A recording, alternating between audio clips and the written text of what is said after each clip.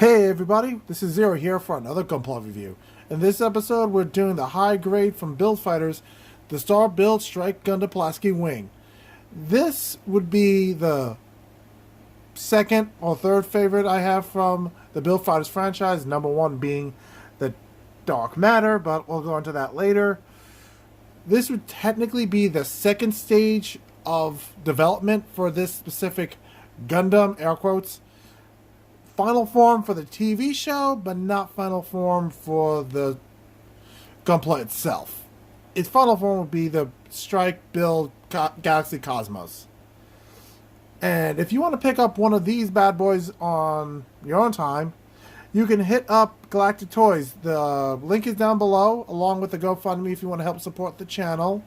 And let's talk about this very interesting Gunpla from a very interesting series. Welcome back. So we have here the Star Build Strike Gundam with everything that comes with in box. The Gunpla itself, I would say two beam sabers, but one of the beams decided to go for a flight and is gone into the abyss. So we're gonna have to do the rest of the review without it. Sorry, everybody. A stand, which I love because stands need to be in all Gunpla, because save people money from needing a stand, and the Gundam itself. Okay. For once, this Gunpla has no real flaws to it, at least personally to me. Well, it does have some flaws, but we'll get to there, because it's kind of connected to here. The major flaw. This is an absurd amount of stickers. Like, there's stickers for the knees, the shield, both versions, because unlike in the show where it has a transformation gimmick, which I thought this will have, it doesn't. It actually comes with two of the white part here, which is in color inaccurate. This sheet is supposed to fix all the flaws in this the color flaws in this. I would recommend painting. It's a lot more cleaner looking. I did use a good chunk of the stickers though. The yellow parts here, and on the back, of course in the face, the eyes, the cameras, the usual spots. And I think that's about it. That's all I use the stickers for. Oh, and on the cockpit of the little striker pack. That's the only places I use the stickers because I can't. It's a little bit too much. You could have just made those pieces in plastic and saved everyone a lot of trouble on this. The color inaccuracy is kind of disgusting because this is supposed to be, off the top of my head, supposed to be red and black. This part's supposed to be red. This part's supposed to be black. The inner part is supposed to be yellow. And I get it, but you had red, and you could have made that extra piece into red, into yellow, I mean. The other side's into red, and the middle part black. You had enough gray pieces for it. And another thing, this is supposed to, I believe this top part is supposed to be white. As you can see, there's a lot of white here. You could have put that in it. It's kind of lazy if you're going to have this much color fixing stickers. It was too much. So aside from the massive color sheet, which I honestly couldn't stand, this is a very cool little Gunpla because the striker pack is very interesting. But be careful, I over-snipped, as it were, and I cut out the piece that's supposed to keep one of the little gray pieces to keep the gun in place off. So it would be too loose, so I kind of had to glue that piece in, so be cautious when you're snipping. That was my mistake. Other than that, let's get into the articulation. Actually, one more positive thing about this. Love the wings, love everything about it. I couldn't. I refused to put the little pink pieces, which is another cool thing about the stand. You can put the pieces that you take off of the striker pack and up here onto here so you don't lose them. Again, why don't more Gunpla have this is beyond me. So let's get into talking about the individual parts about this, the knees, joints, and we'll talk about the articulation. So the articulation is fairly great on this. Not perfect, but very few Gunpla are. As you can see, frozen back flap, so you're not going to get your leg to go all the way back. But it does have a decent curl back here, so that's actually pretty good. A nice, decent knee bend. It can do its imitation of a rocket. And this is a beam port. Between this and the ball ones, I prefer these because it's a lot harder for the piece to pop out, as it were, opposed to the ball joint like they usually have in the shoulders.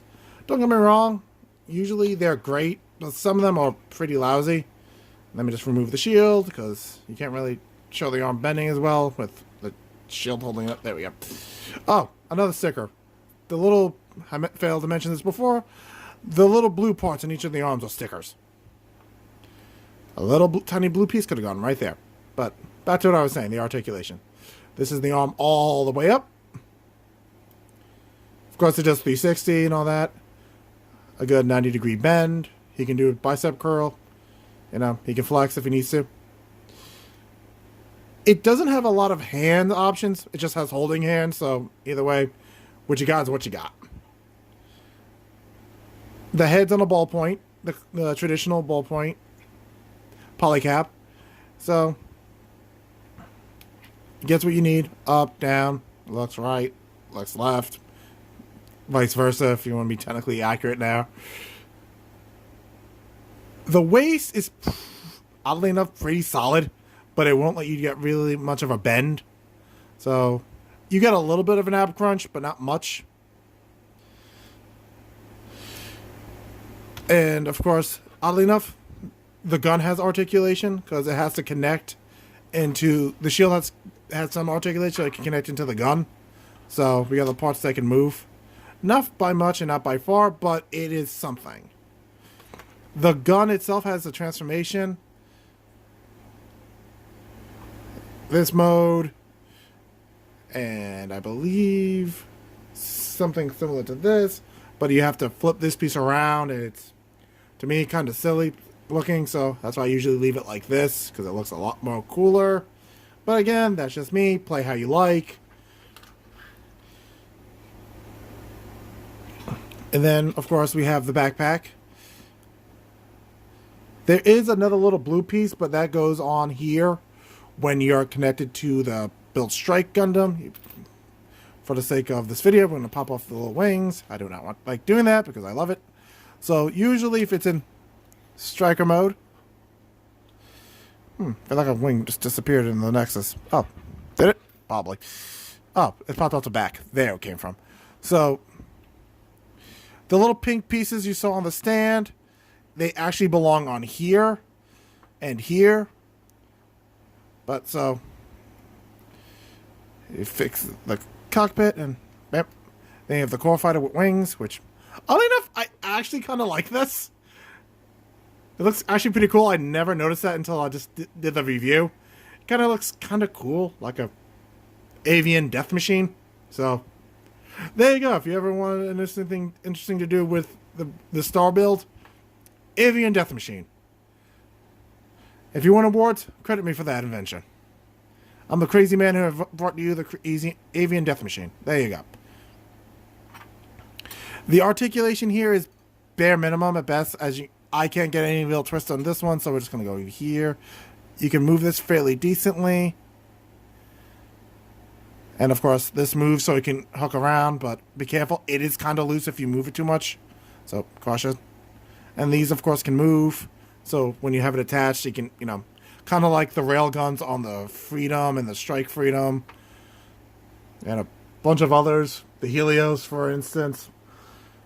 But overall, decent articulation on the... And of course... Oh, I didn't do the wings. As you can see, it's a ball joint, so... it can pop loose if you move it too much, so you got to be careful there. And the wings here are also on a ball, but it's not really it kind of is a ball joint per se.